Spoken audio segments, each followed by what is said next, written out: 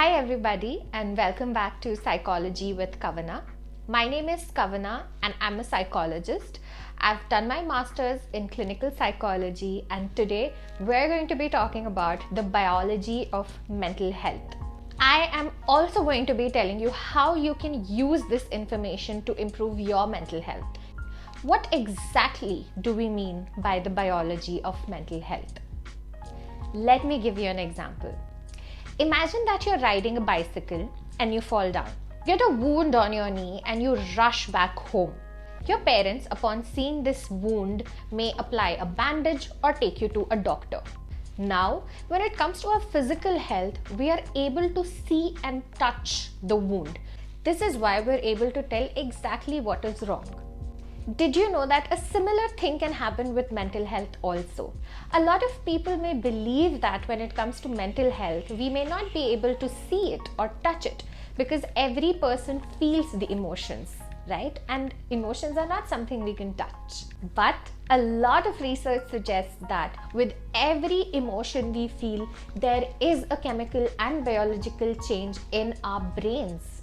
This means with every emotion you feel, a specific hormone is released by our brain. Let me give you an example. Whenever we start feeling stressed or angry or frustrated, the hormone cortisol is released in our brain.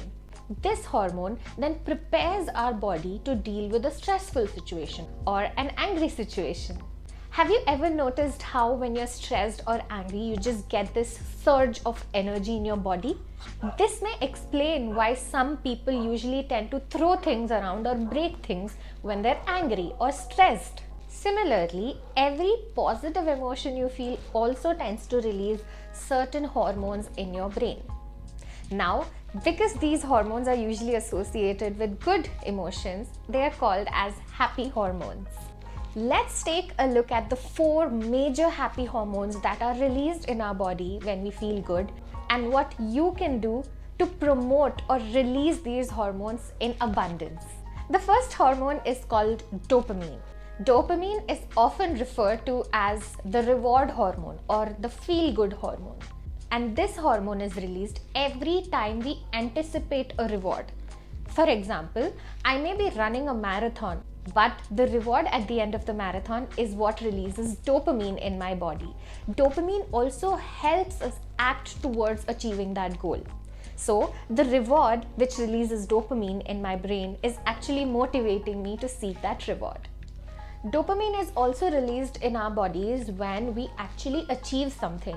You may have noticed how at the end of a really productive day, you feel so good about yourself. You feel satisfied and you feel content. These are all emotions that are associated with dopamine.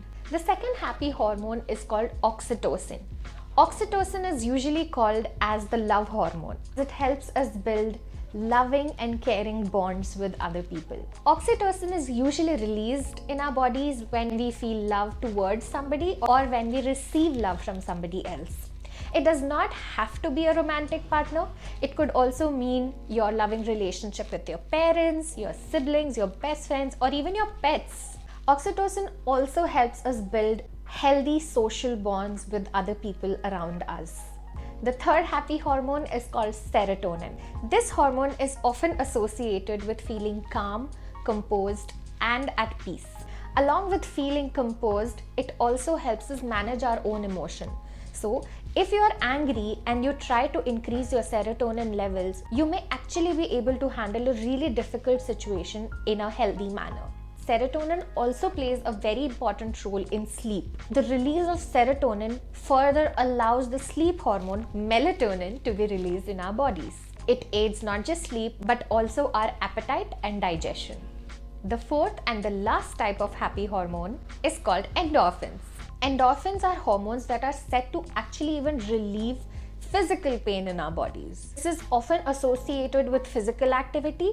This could be a reason why so many of us feel so amazing after a workout session.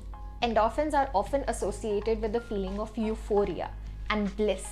This hormone helps us create good habits and helps us retain that willpower to keep going.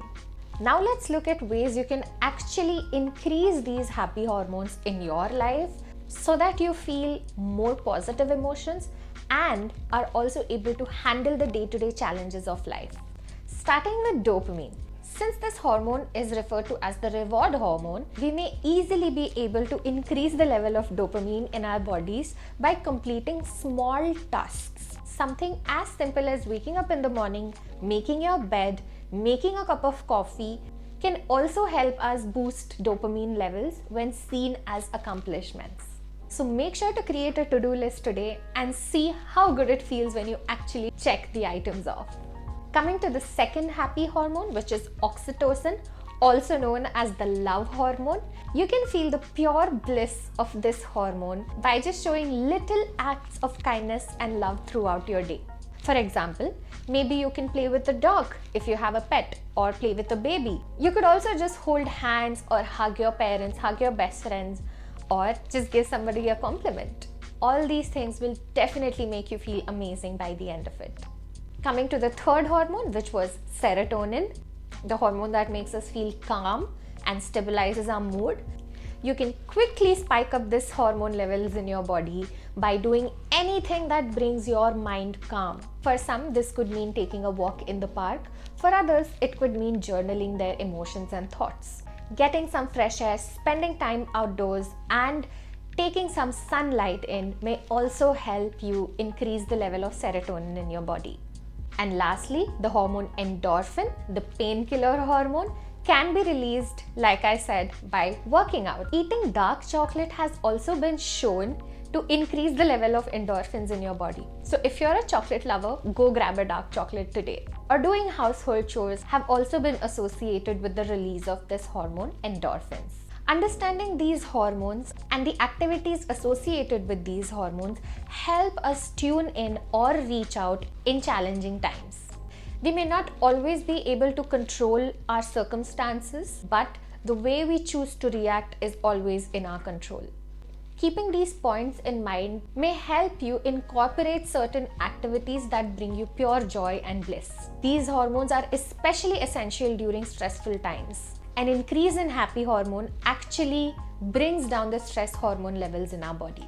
So the next time you feel stressed, remember that there is an army of hormones in your brain waiting to make you feel good. Let me know in the comments what activities you will do today to release some happy hormones. With this, we have come to the end of today's video. Thank you so much for listening to me and staying till the end. If you have any questions related to psychology, mental health, or neuropsychology, let me know in the comments and I'll make sure to talk about it in my next video. Make sure to also check out my social media, Psychology with Kavana on Instagram, and I will see you guys in my next video. Thank you so much. Bye guys.